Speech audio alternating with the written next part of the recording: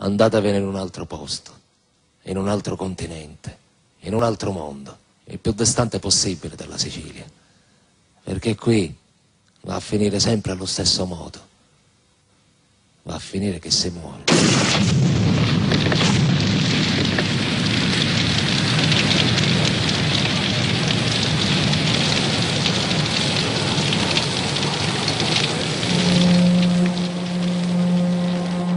Buonasera, in apertura l'attentato al giudice Giovanni Falcone. Secondo una notizia, Giovanni Falcone è deceduto poco fa all'ospedale civico di Palermo, ma cerchiamo di ricostruire questo gravissimo episodio. Una violenta esplosione di cui non si conosce.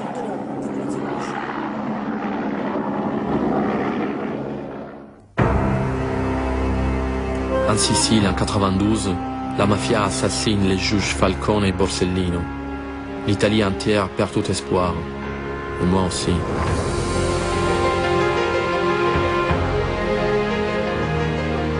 J'ai alors 18 ans. Je quitte mon pays, la Sicile, en me promettant de ne jamais revenir. La Sicile reste aux mains de ces ombres insaisissables qui se prétendent hommes d'honneur.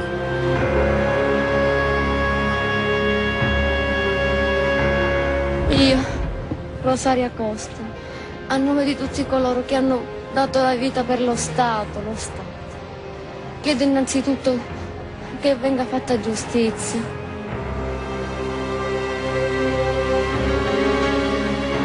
Mafia non può cambiare e calpestare questo diritto santissimo di Dio, questo popolo siciliano, talmente attaccato alla vita, popolo che ama la vita, che dà la vita, non può vivere sempre sotto la pressione di una civiltà contraria, civiltà della morte. Lo dico ai responsabili, convertitevi, una volta verrà il giudizio di Dio. Questo è mio figlio, 40 anni, ma hanno distrutto a me la vita e mi hanno distrutto.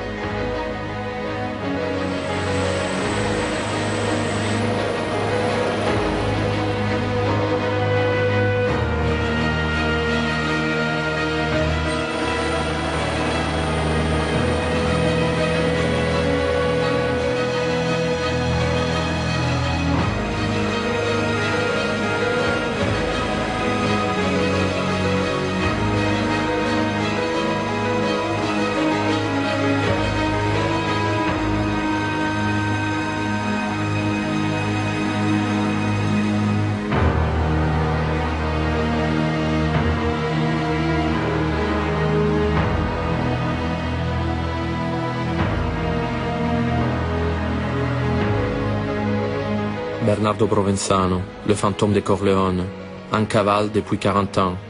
Sur sa tête, une prime de 2 millions d'euros. Mais comment est-il possible qu'un homme se cache sur une île depuis 40 ans? Comment cet homme, traqué par des centaines de policiers, peut-il rester le chef suprême des Cosa Nostra? Je croyais que la mafia c'était fini. On n'en parlait plus. Mais elle est toujours là, plus puissante que jamais. Je rentre en Sicile. Je vais comprendre ce qui se passe sur cette terre si obscure et pleine de mystères.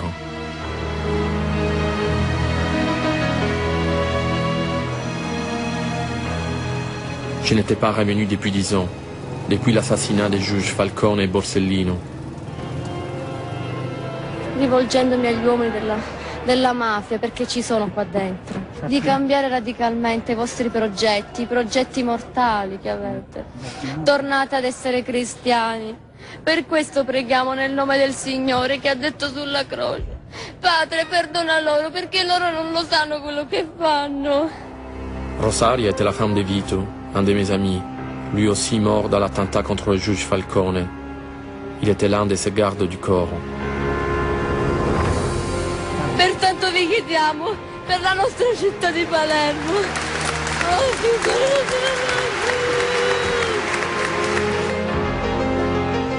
che avete reso città di sangue, troppo sangue, di operare anche voi per la pace, la giustizia, la speranza, l'amore per tutti. Non c'è amore, non ce n'è amore, non c'è amore, Presidente.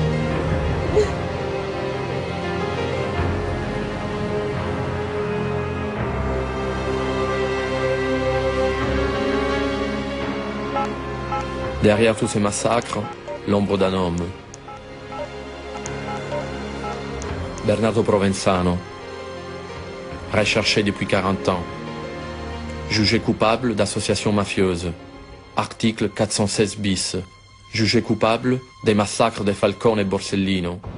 Il est toujours le chef suprême de Cosa Nostra. On est certain qu'il est venu au monde, dans le village de Corleone, la nuit, un parfait fantôme, à 4 heures du matin, le 31 janvier 1933. Cette même nuit, à Berlin, Adolf Hitler prenait le pouvoir en Allemagne nazie.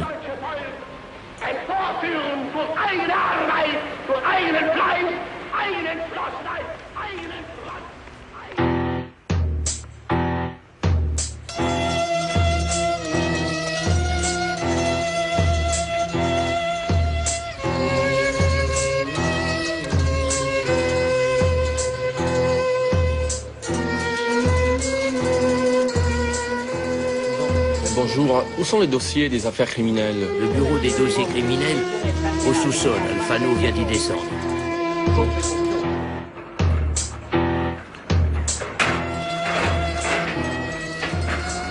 Signor Alfano?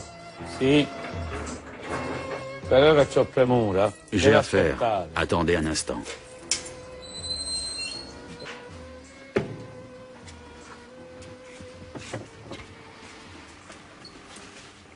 Non te lo devi fare leggere. Je devrais pas vous le Ma faire te lo lire, faccio vedere. mais je vais vous le montrer quand même. Il Provenzano risulta di essere un Provenzano semble être un personnage fuyant et isolé. En En outre, il est agressif, arrogant, vindicatif et têtu. Mais en réalité, personne n'en sait rien. Tenez, lisez vous-même.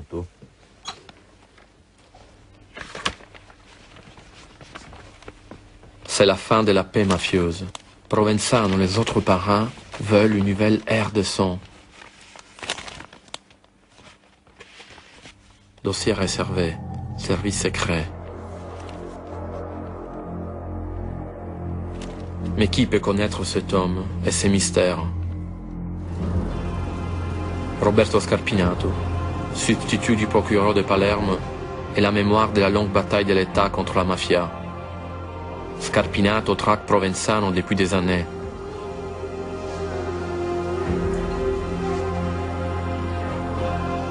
Dottore Scarpinato, lei ha inseguito per anni... Vous traquez Provenzano depuis des années. Chi è Provenzano? Un ex contadino che si esprime in un italiano sgrammaticato.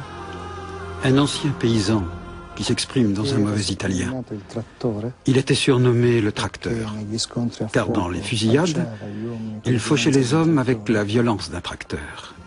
Et il est devenu le chef de Cosa Nostra.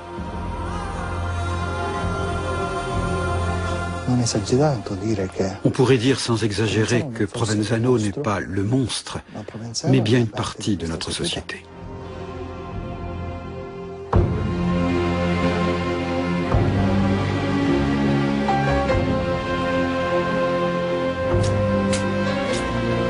Guido Loforte, substitut du procureur de Palerme, travaillait avec le juge Falcone. Lui aussi traque Provenzano depuis des années.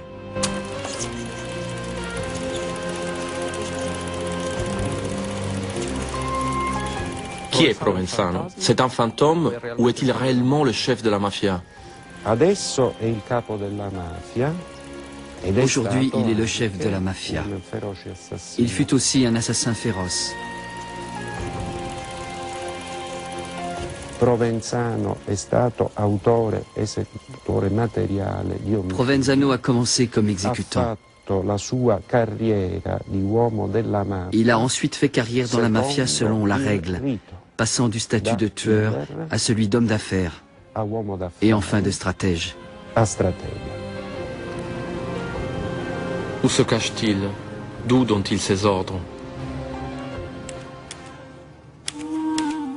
Caro Geoffrey, riguardo alla situazione dei nostri in prigione, che peggiora giorno dopo giorno, ci sono molte esigenze, sia per noi fuori, sia per loro. Più questa situazione va avanti, più diventa insopportabile e inaccettabile. È da 2 anni che aspettiamo di essere tutti uniti per ragionare, tutti insieme, ma dalla parte dei politici non c'è volontà di dialogare. Molto onestamente non possiamo più aspettare, non possiamo perdere la nostra dignità.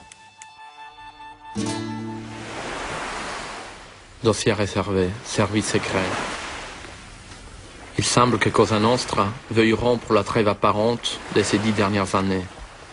Les services secrets craignent que Bernardo Provenzano, en représailles aux pressions du gouvernement et contre la prison d'isolement pour les mafieux, organise de nouveaux attentats pour recréer la tension et la guerre ouverte des années 90.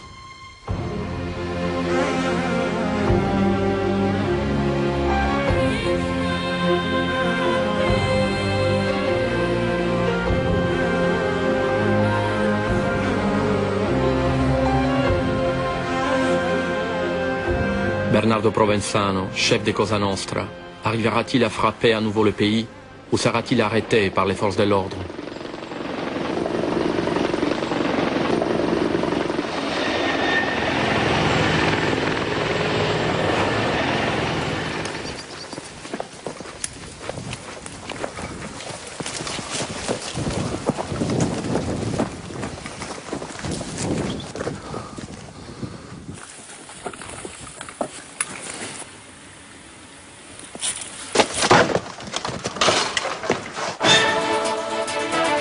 Le forze dell'ordine hanno catturato Vincenzo Virga, il boss di Trapani ritenuto il numero 3 di Cosa Nostra, vicinissimo a Bernardo Provenzano, latitante ormai da 40 anni. Nel casolare sono state ritrovate nuove misteriose lettere scritte e ricevute da Provenzano in cui si fanno riferimenti a insospettabili e che aprono scenari nuovi e terrificanti.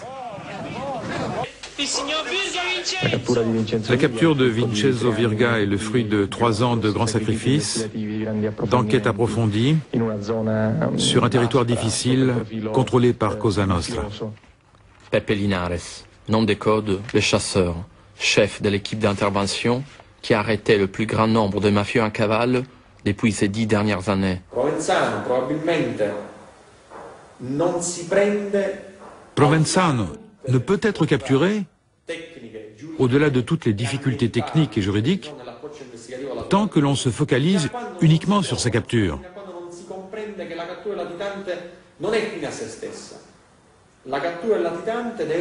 La capture d'un homme en cavale doit toujours être accompagnée de l'étude du milieu dans lequel il évolue.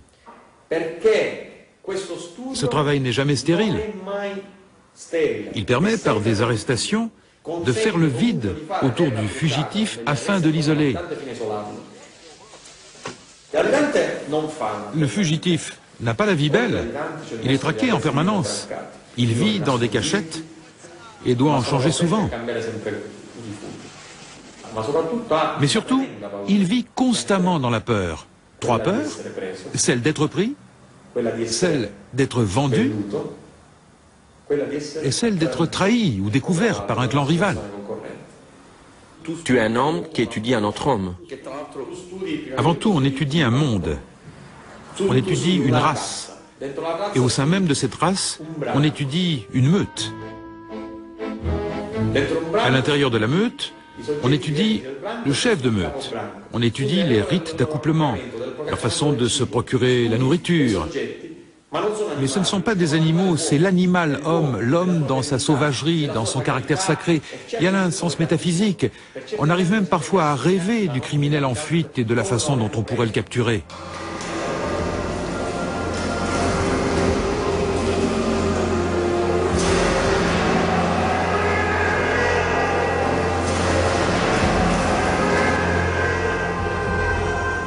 Il ne faut pas être trop nombreux dans une équipe antimafia. Combien êtes-vous? La section antimafia compte 25 personnes, plus les 2 fonctionnaires qui la dirigent. Une partie du travail, disons 50%, consiste à surveiller tous les sites où peuvent avoir lieu des actions criminelles. Une enquête nécessite pas moins de 40 écoutes téléphoniques, 15, 16, 20, voire 30 écoutes sur un même site pendant 2 à 3 ans. C'est épuisant. Un homme qui doit suivre 3 ou 4 personnes toute la journée devient fou. Il doit reconnaître les voix, les caractères, les allées et venues des hommes qu'il traque. Il doit vivre avec. Bernardo Provenzano, où se cache-t-il maintenant? Voici la zone de la Sicile où il est en cavale. Provenzano est un maître de la fuite. C'est un maître de la mystification. Il ne donne pas à ses hommes la possibilité de croiser les renseignements à son sujet. Il a 3 ou 4 complices sans casier judiciaire. Il ne voit pratiquement personne, pas même sa famille qui vit à Corleone et qu'il ne rencontre presque plus. À l'intérieur de cette zone, entre Palerme, Trapani et Agrigente, se trouvent des cachettes chaudes, où on est certain que Bernardo Provenzano s'est planqué, et où il pourrait donc retourner. Nous avons placé ces lieux sur écoute, et mes hommes sont à l'affût 24 heures sur 24.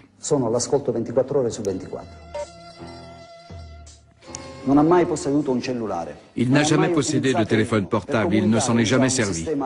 Pour communiquer, il utilise un système très ancien, les pizzini, des feuilles de papier où sont inscrites des informations. Les pizzini passent de main en main, de ville en ville. Ils traversent les mers, les océans. Un système lent mais efficace, inventé par un vrai génie du mal.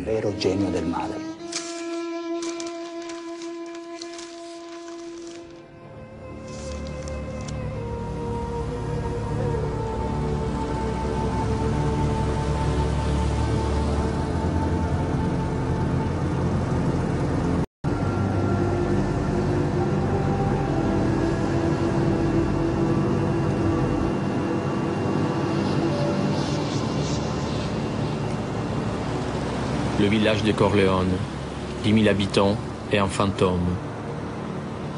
C'est là qu'est grandi Bernardo Provenzano. Dans les années 40, la vie est très dure en Sicile.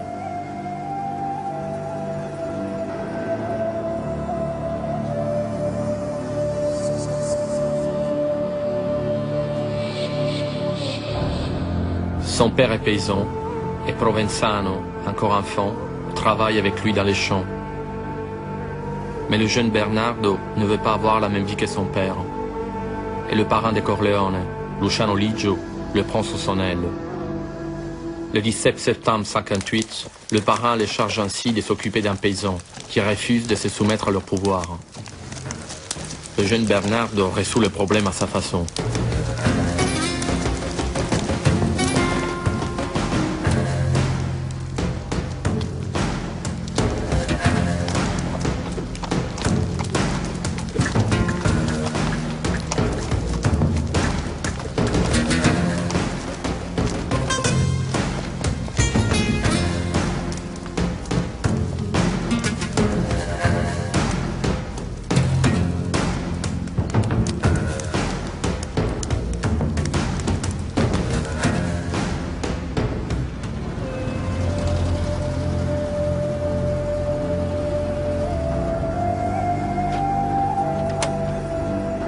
On a des traces sur lui jusqu'un soir de septembre 63.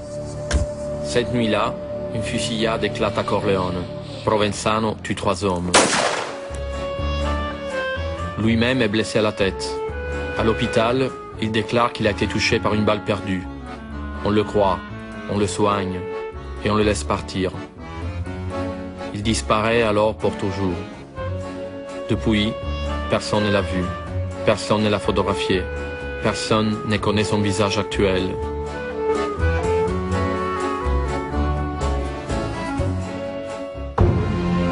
Quelques années plus tard, le grand parrain de Corleone, Luciano Ligio, est arrêté dans des circonstances mystérieuses.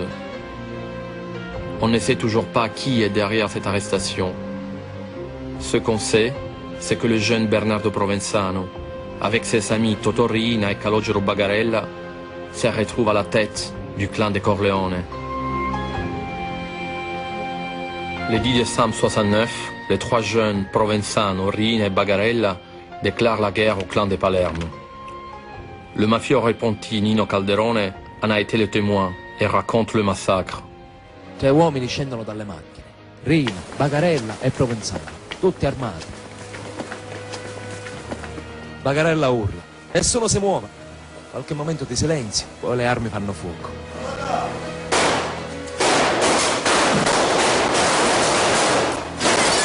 Inutile tentare di scappare.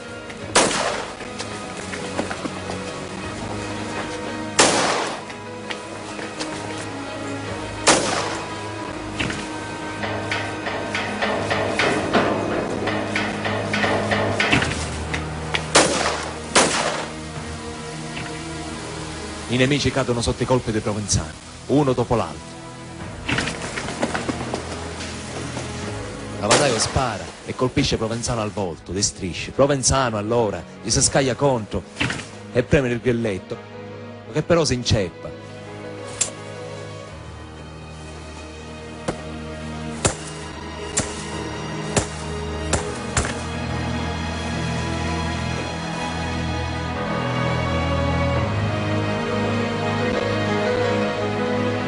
À la fin, le clan de Palerme est décimé.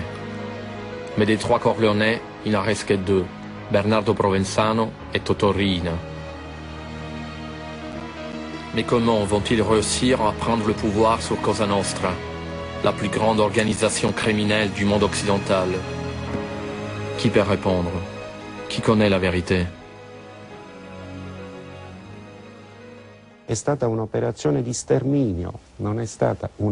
C'était une opération d'extermination, pas une guerre à armes égales. Quella dei Corleonesi che ha deciso di spazzare via.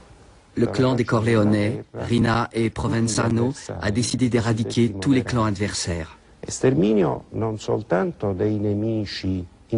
Exterminer non seulement les ennemis identifiés, mais aussi tous ceux qui risquaient d'être une entrave à leur course au pouvoir.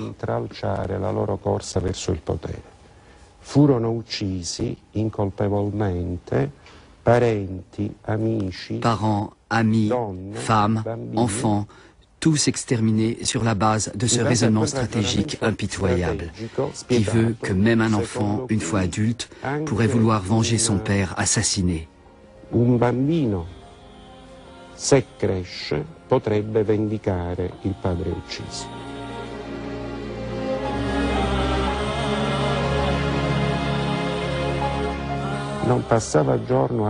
Il ne se passait pas une journée à Palerme sans que l'on trouve un cadavre, un corps criblé de balles.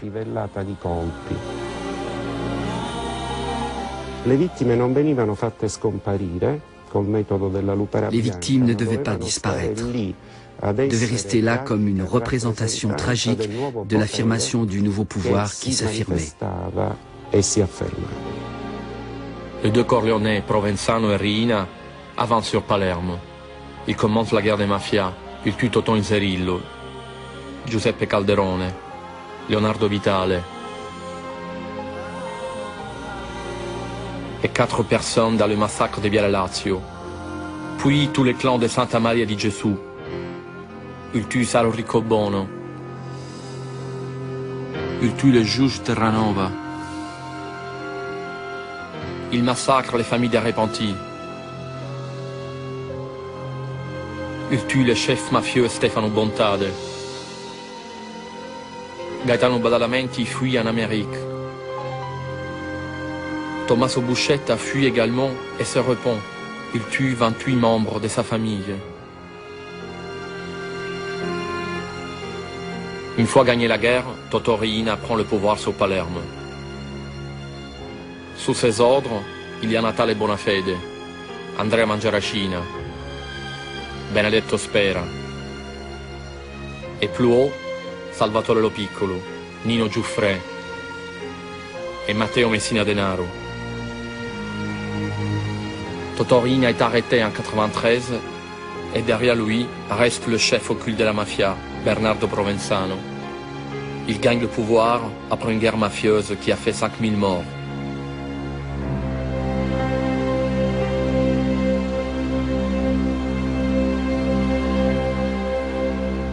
L'arrestation de Totorine en 93 est aussi mystérieuse que celle du vieux parrain des Corleone, Luciano Liggio, 30 ans plus tôt. Encore une fois, on ne sait pas qui est derrière, qui tient les ficelles. Ce qu'on sait, c'est que Provenzano reste seul au pouvoir, à la tête de son armée de 5000 hommes d'honneur.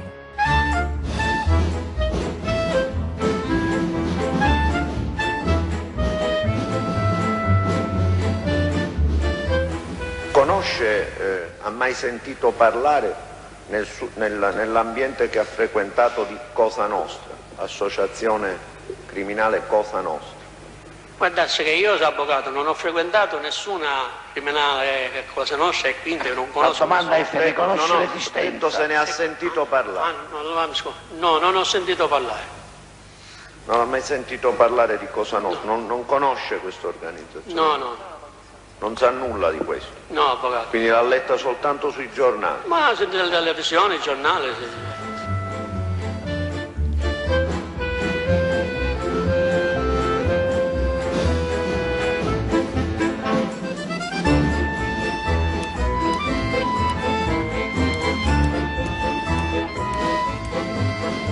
Carissimo amico, vogliono sapere come si devono comportare. Chi sono io per dire loro come si devono comportare? Ordini io non posso darne a nessuno. Al contrario, cerco che li possa dare a me. L'unica cosa che posso dire io è: io, al posto tuo, farei questo o quest'altro. Ma tocca sempre a te scegliere. E termino la lettera ripetendo che sono sempre pronto ad aiutarvi. Vi auguro un gran bene, a te e a tuo padre, e vi mando i miei più cari saluti.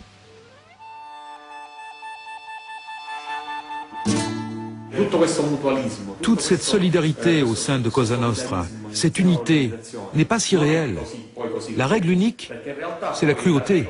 En fait, les vrais mafieux sont des gens sans aucune pitié.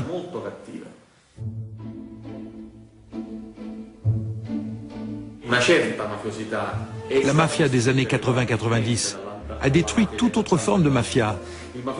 La mafia qui ne tuait pas car c'était un péché, qui ne touchait pas aux enfants, a été définitivement enterrée. E io sono solo, non aveva nessuno, solo questo figlio. Non era il modo di uccidere mio figlio in questo modo, strangolarlo e metterlo nel coso. E se vogliono venirmi a uccidere ora, queste signore fanno venire a uccidere a me, me ne vado con mio figlio. Io personalmente non...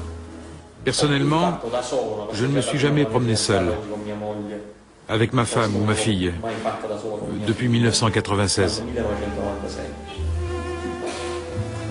Si, juste une fois, pendant notre voyage de noces, mais à 4000 km d'ici. Et malgré tout, pendant notre voyage, j'ai reçu 2 appels anonymes me menaçant de mort.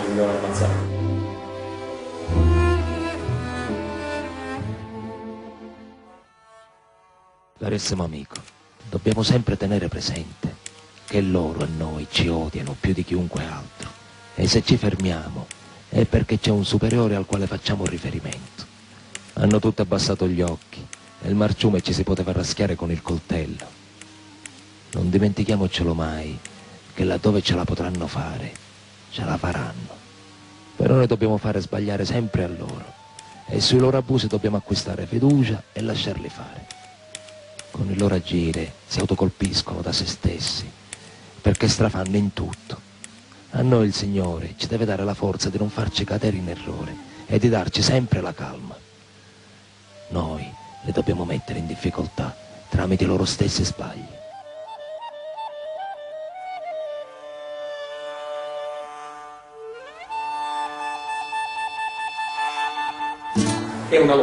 C'est une lutte. La mafia repère ceux qui la menacent et les étudie. Et nous cherchons à comprendre ce qu'elle étudie. C'est un cercle sans fin. Le statut d'enquêteur est un statut de pouvoir, mais aussi un statut maudit. On est rejeté. On ne peut pas vivre une vie normale. Avoir une famille, être comme tout le monde. Je ne sais pas quoi répondre à mon père et à ma mère qui disent que je suis un raté. Je suis en bagarre avec eux. Tu grandis dans une famille de Trapani et tu arrêtes le maire. Un ami de tes parents depuis 20 ans qui vient à Noël à la maison, à ton mariage. Tu l'arrêtes. Tu arrêtes leurs amis, les maris des femmes avec qui ta mère joue au bridge. Ma mère a 60 ans, comment veux-tu qu'elle comprenne? Mais pourquoi toi? Fais-le faire par les autres. Voilà l'histoire. En quelque sorte, tu vis comme l'homme que tu traques. L'homme que je traque a quand même un avantage. Il n'a aucune règle à suivre. Il doit juste fuir.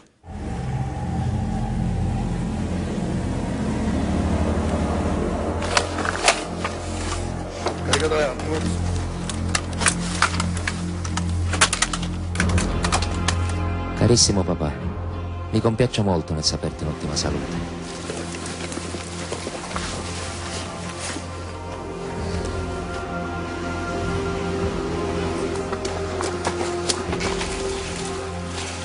Sono stato un po' disobbediente per quell'argomento.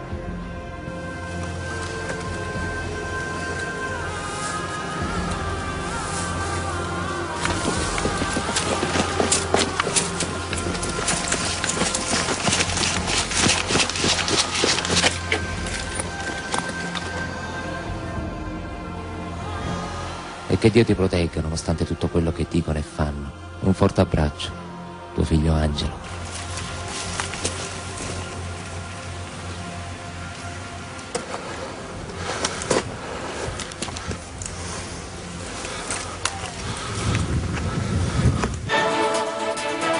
La polizia ha appena diffuso la notizia dell'arresto del capo dei capi di Cosa Nostra, latitante da 40 anni, l'ultimo dei padrini, il mitico Bernardo Provenzano. Dopo essere stato ammanettato è stato condotto in questura. Scusate, leggo insieme a voi un'agenzia appena arrivata. Ci sarebbero delle novità clamorose di questi ultimi minuti. Sembra infatti che l'uomo arrestato poche ore fa si difenda sostenendo di non essere Bernardo Provenzano. Ecco, in realtà mi confermano che non è lui, non si tratta di Bernardo Provenzano, ma di qualcuno che gli somiglia molto. E quindi si tratta di un clamoroso errore delle forze dell'ordine. Une fois de plus, Provenzano n'est pas là où on le croit.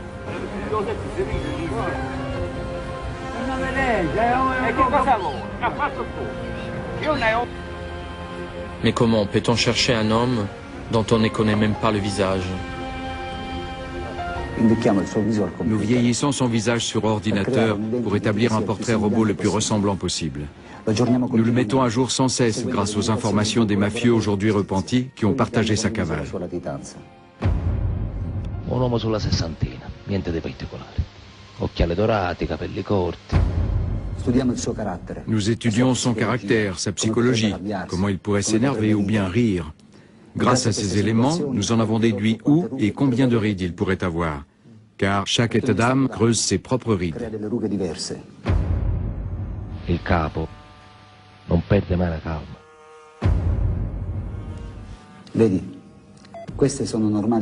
Regarde, voici des rides de vieillesse. Chaque expression de rage crée des rides ici, autour des yeux.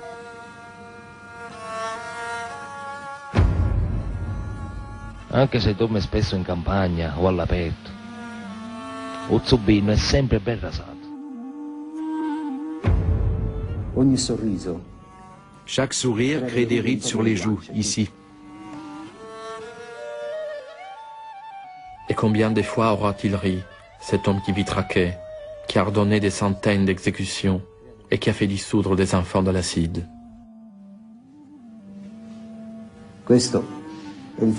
Voici le fantôme de Corleone à 70 ans. Si tu le trouves avant nous, fais-nous le savoir.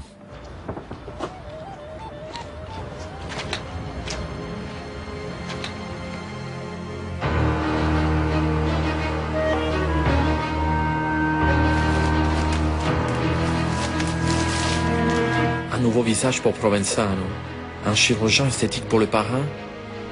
Mais alors le portrait robot du chasseur ne sert plus à rien. Provenzano a de nouveau une longueur d'avance, une tête d'avance.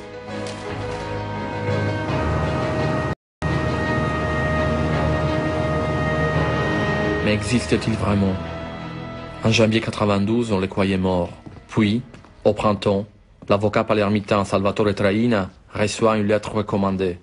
expéditeur Bernardo Provenzano, qui lui demande officiellement d'assurer sa défense. Le fantôme est toujours vivant. Bonsoir, maître. Bonsoir. Enchanté de vous rencontrer. Maître, vous êtes l'homme qui a défendu le plus grand chef de l'histoire de Cosa Nostra, d'Eligio Provenzano. Pourquoi Provenzano vous fait-il confiance? Parce que sa vieille mère, qui est morte depuis, est venue me trouver un jour et m'a chargé de sa défense. J'étais perplexe, mais j'ai vaincu cette perplexité au fur et à mesure de l'examen approfondi de son dossier, car j'ai été convaincu que les procès qu'on lui fait sont injustes. Vous voulez dire que, selon les éléments du procès, Bernardo Provenzano n'est pas le chef de la mafia, qu'il n'est pas responsable de tous les crimes qui lui sont attribués, qu'il est innocent peut-être? On n'a jamais attribué à Provenzano aucun acte spécifique, pas même le vol d'une poule, mais seulement sa supposée appartenance à la direction de Cosa Nostra et par conséquent sa participation aux décisions quant aux crimes commis. Et cette responsabilité, on la lui attribue comment? Sur quels éléments? Sur la base des déclarations des repentis. Aucune preuve établie? Non, rien d'autre. Je dois vous dire que j'ai un grand regret. C'est de ne pas avoir pu tenir la promesse que j'avais faite à la mère de Provenzano quand elle était venue me voir. J'ai promis à cette petite vieille qui m'offrait sa retraite comme honoraire qu'elle aurait pu à nouveau serrer son fils dans ses bras. Promesse que je n'ai pas pu tenir puisqu'elle est morte avant que je puisse prouver l'innocence de son fils.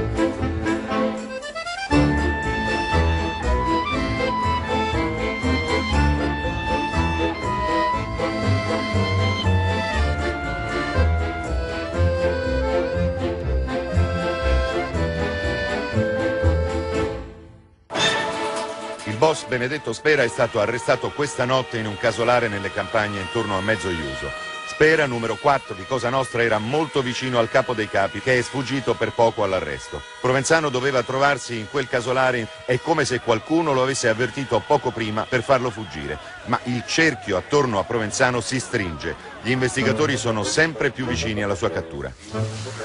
Questo non possiamo passare. Quando mi cercate non mi trovate. Quando mi cercate non mi trovate. Quando mi cercate non mi trovate. Quando mi cercate non mi trovate. Missale, Marino, Bianco, Unito e tutto raffinato.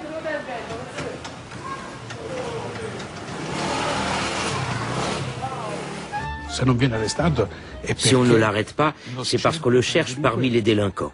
Et Provenzano n'est sans doute pas un délinquant. Et il ne vit pas dans le milieu des délinquants.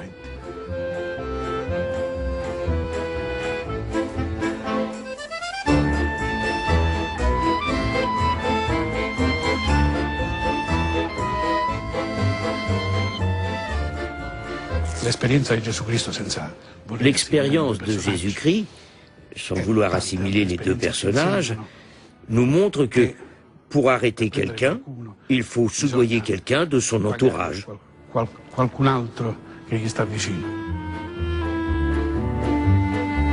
La loi autorise un avocat à rencontrer son client, même un cavale. Bien sûr, la loi autorise un avocat à rencontrer son client, même en cavale. Donc vous ne niez pas que des rencontres aient pu avoir lieu? Non, je ne le nie pas et je ne l'affirme pas non plus. Je ne veux pas parler de ça avec vous, car cela touche à mon métier et au secret professionnel. Carissimo amore mio, con il volere di Gesù Cristo ho ricevuto la tua lettera e leggo che stai bene. Così ti posso dire di noi, che stiamo bene. Quello che è destinato da Dio non si può cambiare. Però il Signore ci deve dare la forza di sopportare. Ah, ti mando i calzini, te ne volevo mandare altre 2 paia più pesanti, ma non li trovo. Ah, ti raccomando di lavarli a mano, in acqua tiepida. Mia sola vita, ti abbraccio molto forte, amore mio. Ti ringrazio per le bottiglie di salsa di pomodoro che mi hai mandato. Grazie anche per le arance e per i limoni.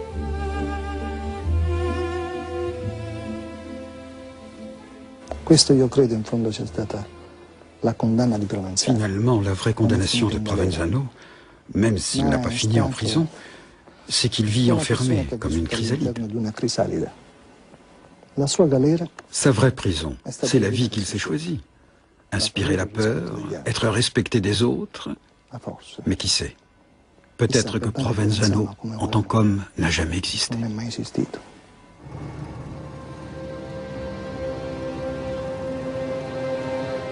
Mais quelles sont les valeurs qui guident cet homme? Comment peuvent cohabiter chez lui la sagesse et la cruauté, le bien et le mal?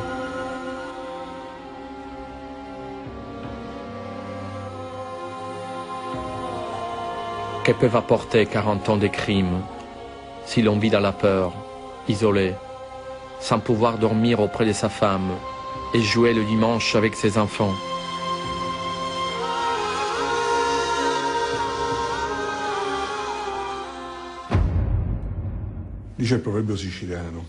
Commander, c'est mieux que baiser, dit un proverbe sicilien. Pour quelqu'un comme Provenzano, commander, c'est tout. Le professeur Loverso est un éminent psychologue spécialiste de la mafia.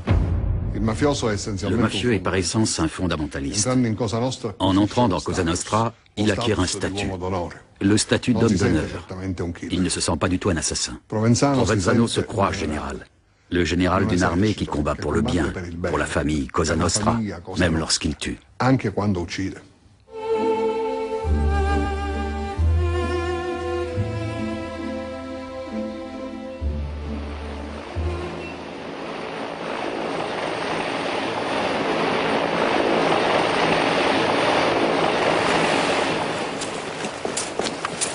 Antonino Giuffre, braccio destro del boss Bernardo Provenzano, è stato arrestato all'alba. Gli investigatori pensavano di trovare insieme a lui anche Provenzano, che per qualche strana coincidenza è riuscito per l'ennesima volta a sfuggire alla cattura. Sembra così ripetersi lo stesso copione dell'arresto di Benedetto Spera. Il cerchio attorno a Provenzano si stringe comunque sempre di più. Nel casolare sono state ritrovate nuove misteriose lettere scritte... Encore des gens qui tombent ou qui sont arrêtés autour de Provenzano. Mais lui, il reste au pouvoir, seul, intouchable, comme un fantôme. Que ce soit son vieux parrain Luciano Ligio, ou Riina, son camarade et compère, ou encore ses alliés Spera ou Giuffre, tous ont été arrêtés dans des circonstances mystérieuses. Vous avez traqué Provenzano pendant des années. Qu'avez-vous ressenti devant cette incapacité à le trouver? Une sorte d'impuissance des forces de l'ordre? No, queste non sono sfide personali. Non, il ne s'agit pas de défis personnels. Il s'agit d'un jeu qui se gagne uniquement en équipe. L'équipe qui doit jouer, c'est l'État.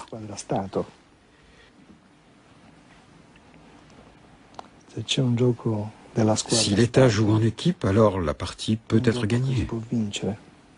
Ça n'a pas été le cas jusqu'à maintenant? Il y a beaucoup de gens qui se sont impliqués personnellement, des magistrats, des policiers, mais l'histoire de la traque de Provenzano est constituée de nombreux faits étranges. En effet, tous les enquêteurs qui ont cherché Provenzano pendant 40 ans ont été écartés de leur enquête. C'est le cas du général Mario Iannelli, qui avait mis en place une opération d'envergure pour surveiller les pharmacies où Provenzano aurait pu acheter ses médicaments. Mais avant que l'opération aboutisse, le général fut transféré à Turin. C'est aussi le cas du capitaine Ultimo, du groupe spécial d'intervention de la gendarmerie. Artisan de l'arrestation de Totorina, il avait ensuite commencé à suivre les traces de Bernardo Provenzano.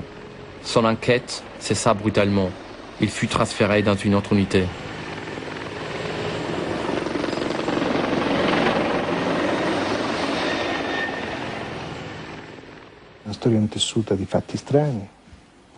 Une histoire tissée de faits étranges, d'homicides étranges, comme celui d'Ilardo, un mafieux qui avait décidé de collaborer avec nous et qui devait nous conduire à Provenzano. Mais il a été tué peu avant de pouvoir le faire. Qui a prévenu Provenzano que Ilardo était en train de nous conduire à lui? Le mafieux Luigi Ilardo collaborait secrètement avec le colonel des carabiniers Michele Riccio pour la capture de Provenzano.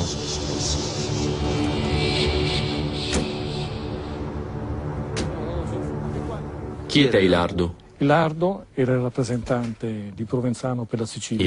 était le représentant de Provenzano dans la Sicile orientale. Il était en relation directe avec lui et transmettait ses messages et directives à l'est de l'île. Il décide de collaborer avec la justice, avec nous, et preuve de sa bonne volonté et de sa fiabilité, il nous permet d'arrêter de nombreux mafieux en fuite, au plus haut niveau de Cosa Nostra, des chefs régionaux, des responsables de l'organisation.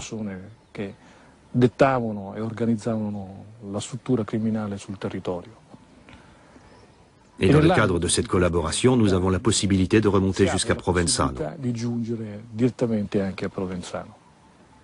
Pour permettre l'arrestation de Provenzano, Ilardo accepte de lui tendre un piège. Il lui propose un rendez-vous. En réalité, c'est une embuscade, car le colonel et ses hommes seront là, cachés derrière les arbres. Mais la réponse de Provenzano s'est fait attendre. Enfin, 6 mois plus tard... Le matin du 29 octobre, Ilardo me téléphone, un bref appel, il me dit « nous y voilà ». Alors je comprends. 9h06, les carabiniers photographient 2 hommes qui descendent des voitures. Ilardo est l'un d'eux. Ilardo portait une veste bleue et Vaccaro une chemise à carreaux. Il tenait un sac en plastique à la main. Donc Ilardo et Vaccaro, ils sont là, et ils vont à la rencontre de Provenzano. 9h15, les carabiniers les photographient encore. Ilardo et Vaccaro, après avoir discuté, s'éloignent. Ils partent rejoindre Provenzano. Vous pouviez intervenir. Bien sûr, nous le pouvions. 9h16, les carabiniers retournent à la caserne, sans intervenir. Pourquoi n'êtes-vous pas intervenu? J'ai reçu l'ordre de ne pas le faire. Nous ne sommes pas intervenus parce que nous n'avons pas eu l'autorisation. De qui?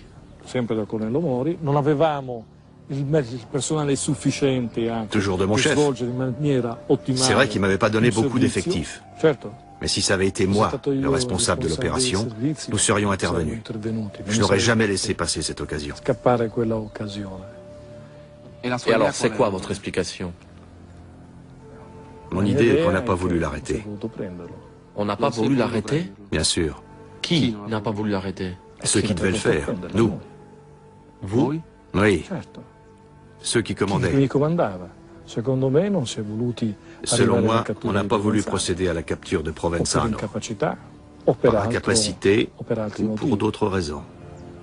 Mais alors, quelle raison? Je pense que Provenzano a un rôle à jouer. Quel rôle Provenzano doit-il jouer? Ilardo le sait, commence à le révéler au colonel, mais il est assassiné. Ilardo, que vous a-t-il révélé? I nuovi contatti, i nuovi approcci della politica di Cosa Nostra. Il m'a parlé des contacts entre Cosa Nostra et les nouveaux milieux politiques. Et il m'a révélé qui étaient les commanditaires politiques des assassinats des juges Falcone et Borsellino. Et de qui parlait Ilardo? À qui faisait-il allusion? À la franc-maçonnerie, aux institutions corrompues, aux services secrets et à certains politiciens importants de l'époque qui sont toujours en place aujourd'hui. Cette nouvelle force italienne qui prend de l'importance en politique et qui continue à être de mèche avec la mafia. Hilardo mort, le colonel Riccio reste le seul dépositaire de ces révélations sur la collusion entre Provenzano et l'État italien. Vous vous sentez en danger? Absolument pas. Je ne pense absolument pas être en danger. Mais vous connaissez toutes les révélations d'Hilardo? Oui. Je connais toutes. Je les ai rapportées aux autorités judiciaires. Je connais les personnes. Mais il y a 1000 façons de tuer quelqu'un, non? Mais que veut-il dire par là? Qu'ils ont réussi à le faire taire sans le tuer? Ce que l'on sait, c'est que quelques temps après, le colonel reçoit une médaille du FBI pour une importante enquête des trafiquants de drogue. En Italie, pour la même enquête, le colonel est accusé lui-même de trafic de drogue. Étrange. Me savoir maintenant, si proche du lieu où se cachait Provenzano, me rappelle un moment désagréable, dont je préférerais ne pas me souvenir. C'est le signe de mon incapacité, car peut-être que si j'avais désobéi ce jour-là, si je n'avais pas respecté les règles qu'ils veulent nous faire respecter, j'aurais peut-être fait mon devoir. Forse avrei fatto il mio dovere, non rispettando le regole.